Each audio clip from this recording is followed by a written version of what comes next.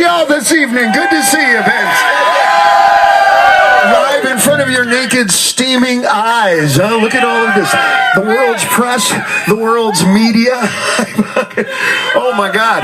This has been a very, very long time in coming out here. Turn me up out there, Frankie, so we can kind of talk in a little bit of a lower voice here, because we got a lot to talk about. I see a lot of familiar faces. I see a lot of folks a lot of writers, a lot of folks from the radio, a lot of folks coming from the internet, a lot of folks from the record company and everything. And man, oh man, it's a lot of folks that I kind of grew up with out here. Which one of you guys from the press knows Lady GaGa? I gotta meet her. No, here's an interesting story, actually. I was watching, like, New Year's Eve, you know, and I saw the picture of Bloomberg with GaGa, and she had the mask and everything. That is a perfect picture for New York City on New Year's Eve, man, New Year's Eve. And I started thinking about, you know, some of the New Year's Eves and stuff that I spent, you know, when GaGa was just starting to play. She played at a place called Pianos. You might know it, down on Ludlow Boulevard. And it was before the spotlight found her. And this was just a handful of years ago. What she didn't know is that I lived about a half a block down the street on Ludlow and Rivington.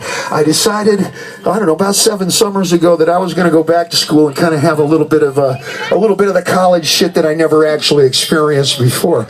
And Ludlow and Rivington is inarguably the noisiest corner in all of the epicenter of the universe, much less New York City. And I became an EMT. I went into put on the uniform. And we started to work on, I did my internship up at the 47th Precinct, which is the North Bronx. Is anybody from the Bronx up here? Okay. And I got to tell you, it was an eye into New York City that I don't think many people have. Artist to artist, and there's a lot of you here who are artists. I want to speak to you artist to artist.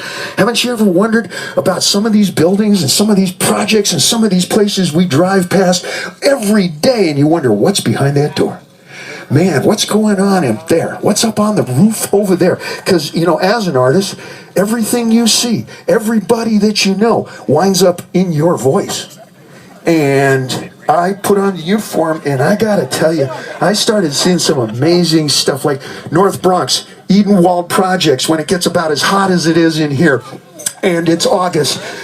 First time I'd ever seen this, they take all of the extension cords, because folks don't have any cash, this is no news, and they put all of the extension cords together. They're all different colors, and there'll be 9 of them coming out of the 6th floor windows, and they all join together at one beatbox that somebody brought his radio down 6 floors down, and and then they pick Grandma, who's usually in the wheelchair, and she sits and watches the beatbox, right?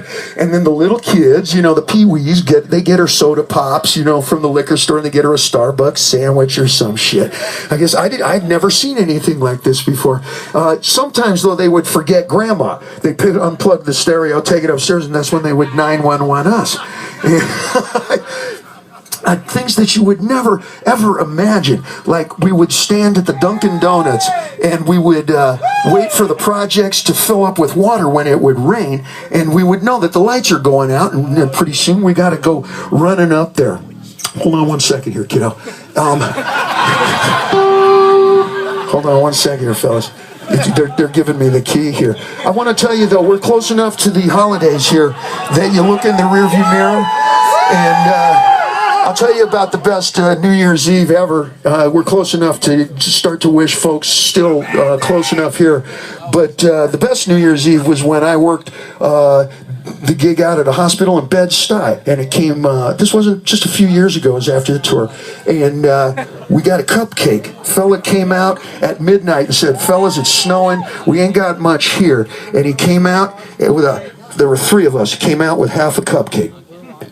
And we stood in the snow in New York City, and we split a half a cupcake for New Year's Eve. So I want to wish you all a half a fucking cupcake for New Year's Eve. It's the very best that I could possibly share with you. Fellas, it's all apropos. Somebody get me a doctor!